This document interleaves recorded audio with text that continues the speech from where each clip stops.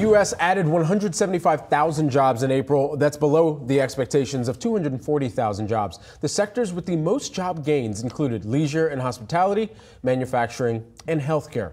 We've got team coverage here at Yahoo Finance to break down the hottest sectors. Alexandra, Canal, Madison Mills, and Anjalee Khemlani are tracking the gains. Ali, let's start with you and the jump that we're seeing in the hospitality industry. Well, Brad, the jobs added for leisure and hospitality little changed over the month of April, with just 5,000 jobs added to the sector compared to the 42,000 jobs added in the year-ago period. And this is after we've seen a pretty steady uptick in hiring for the sector since February and March. So really, along with healthcare, leisure and hospitality has contributed to the most employment growth since the start of the year. So perhaps we're seeing a bit of a leveling off here as we work our way through the first half of 2024. We did see the unemployment rate for the sector tick up year over year, 5.7% versus the 5% rate seen in April 2023. We also saw a slight dip, I should say, in average hourly and weekly earnings compared to March and February, although wages are still higher on a year over year basis. But again, very little change for this sector over the month of April. And now I want to kick it over to Maddie. Maddie, you're watching manufacturing. That's right, Ali. Manufacturing jobs having a surprise beat here, up by 8,000 as opposed to the estimate here, which was just 5,000 additional jobs. Now, the reason I wanted to take a look at this is because this could be an indication of a revival in this sector that has really been struggling. I want to take a look at the March numbers, down by 4,000. The prior month in February, the sector lost 9,000 jobs. The Biden administration has been investing in some businesses through some policy like the CHIPS Act in order to beef up our chips production here in the States.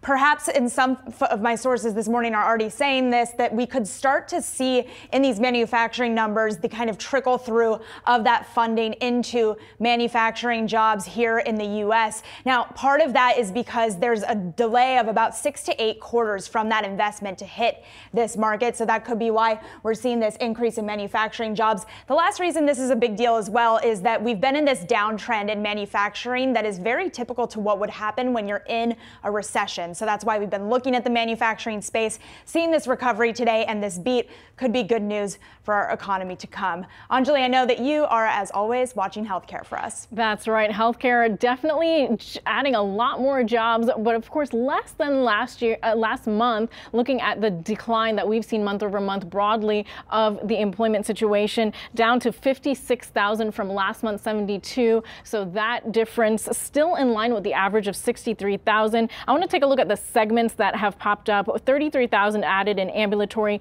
14,000 at the hospitals, and 9,000 alone at nursing care. And that is half of what it was last month. That tells you just kind of what the mixed bag picture is of the industry right now. We know churn is a really big problem across the board in all the segments, hospitals in particular, suffering in this post-pandemic environment where they have had to lean on temp staff and ramping up to meet demand as the seasons show. So we're off of that winter season, so that could explain some of the decline. Meanwhile, ambulatory, an area where outpatient procedures are ramping up, more care is being pushed in that direction, despite the fact that we have an aging population that needs more inpatient care. So all of the numbers month over month are starting to reflect that. And I've spoken to a number of experts about what that means and what the the impact is, because we know that this is an area that, unlike others, is not impacted by inflation. I spoke to Steve Klasko over at General Catalyst, who is a former hospital CEO,